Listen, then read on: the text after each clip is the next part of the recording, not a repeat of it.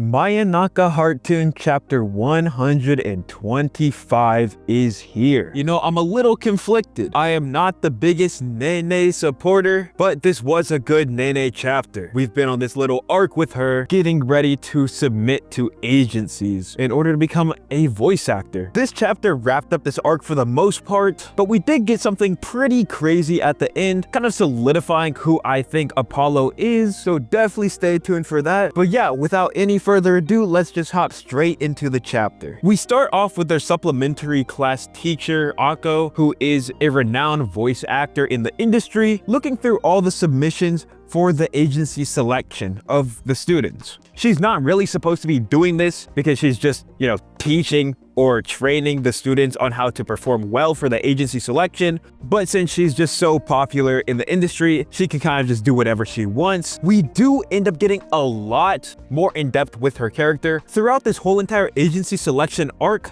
Akko has been tasking the students with doing all of these crazy exercises that don't really involve voice acting in particular. A lot of them seem very menial or just very random spur of the moment things. Like last chapter, which was the students needed to learn how to swim or record themselves swimming, but we get to see more of her reasoning for doing this here. Akko is speaking to Mogi sensei, who is like the voice acting school's teacher or for the class, saying that she would fail most of these students here if she was the one evaluating, because in her opinion, in Akko's opinion, everyone who is trying to be selected for this agency should be trying their best, trying 100%, giving their all, and leave nothing on the table. She seems very aggressive in the way she's saying this, speaking on how it really pisses her off that people think that they can just become popular just by using their voices, and them not realizing that their overall appearance matters in this industry as well, even though their main focus is not on their appearance. And I think this is kind of Akko's way of showing some tough love or giving the students a reality check on how the world really is when it comes to voice acting. As she's nearing the end of her kind of speech on this whole situation, Nene busts into the room saying I had a bad connection and I wasn't able to email the video for submission, so she came to deliver it in person. Mogi sensei is trying to tell Nene that, hey, we're not the ones evaluating, so we can't really do that. But Akko is very ecstatic, saying, yeah, that's fine. I can extend the deadline. I can pull a few strings. And even though Akko isn't an evaluator, Nene asks her to please evaluate her video. This is her 100% right now. Nene wasn't, maybe she was hiding in the hallway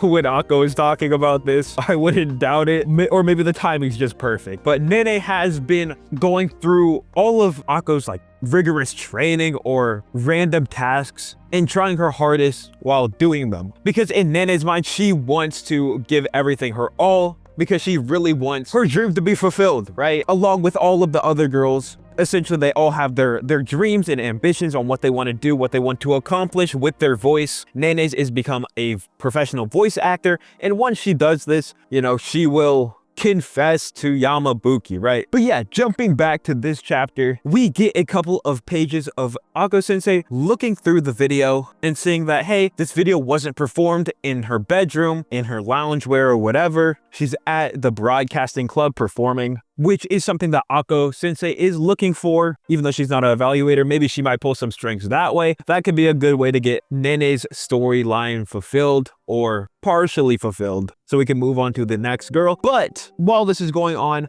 we get a little flashback to Yamabuki and Nene pre-recording, right? Of Nene just asking hey, why are we doing this here? Why are we at school? And Yamabuki just saying, I asked the other club members to help with filming your, video, and we're doing it here because Yamabuki has concluded that, Nene is the most charming when she is at the broadcasting club. But yeah, jumping back to the present, Akko goes and tells Nene that this is one of the better videos that she's seen, and I think it's fine. You might pass. After this whole sequence of events, we cut to Shinobu, Nene, and Yamabuki celebrating at a little diner. Even though nothing is confirmed, this is a good step in the right direction for Nene's development as a character. And this is to me where the story starts to take a little bit of a turn. Well, I wouldn't say the story takes a little bit of a turn, but this is where I think we get the most important parts of this chapter. And it is when Yamabuki goes and thanks Shinobu for helping Nene become closer to her dreams. The panel here in particular, it is a full panel of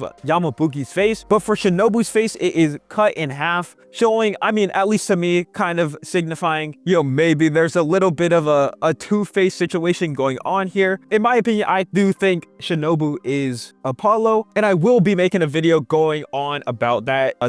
To me, there's too many signs pointing to Shinobu kind of just doing random things that don't make sense in the series, or just weird panels of her. But essentially, Shinobu goes and says, "No problem, I'm glad I could be of help." And then she goes up to, quote unquote, go to the bathroom. But instead of actually going to the bathroom, what she does is she just hides around the corner to kind of overhear what Nene and Yamabuki end up talking about. Of course, Nene goes and takes this opportunity when they're alone together and basically tries to get Yamabuki to call her cute. She's being very aggressive here, very assertive. Yamabuki is trying to dodge the question or dodge his response, but it is a very kind of brutal scene, right? We do see Shinobu just standing around the corner listening to them flirting. And we get this internal monologue of Shinobu saying, "I wonder why I'm acting this way. I should know by now that the other girls are going to keep moving forward. I just wanted him to say those words to me first." Then we get a little banter or whatever between Nene and Yamabuki, of Nene wanting Yamabuki to say that she's cute another time. And we get another very sad scene of Shinobu, covering her ears. She doesn't want to hear it.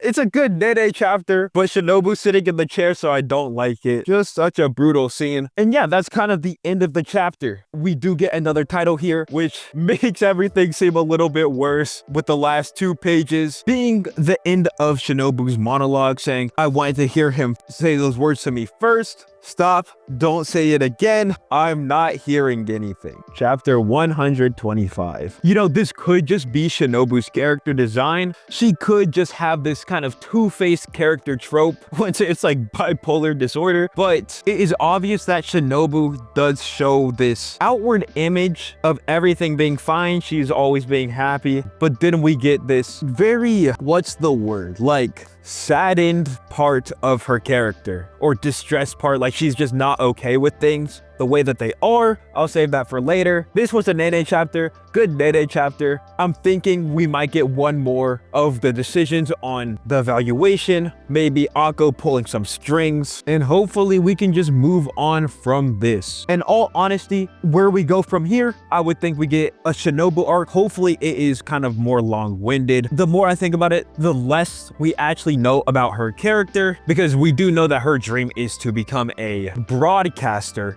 Kind of weird how that's the most generic out of all the girls, but she wants to be a broadcaster, and she was in the same voice acting school as Nene. She just didn't do these supplementary lessons with Akko Sensei, so she could just be feeling left out because of that. But yeah, that's what I think for the future of Mayonaka Hearttoon. I've just been a little busy, so I haven't been covering it. But yeah, we're back now, hopefully better than ever. And if you guys have any insights on this series, because why would you? Definitely leave them down in the comment section. And if you want to see more of this series or any of the other series I cover on my channel, definitely like and sub. But yeah, that's really about it. So I'll see y'all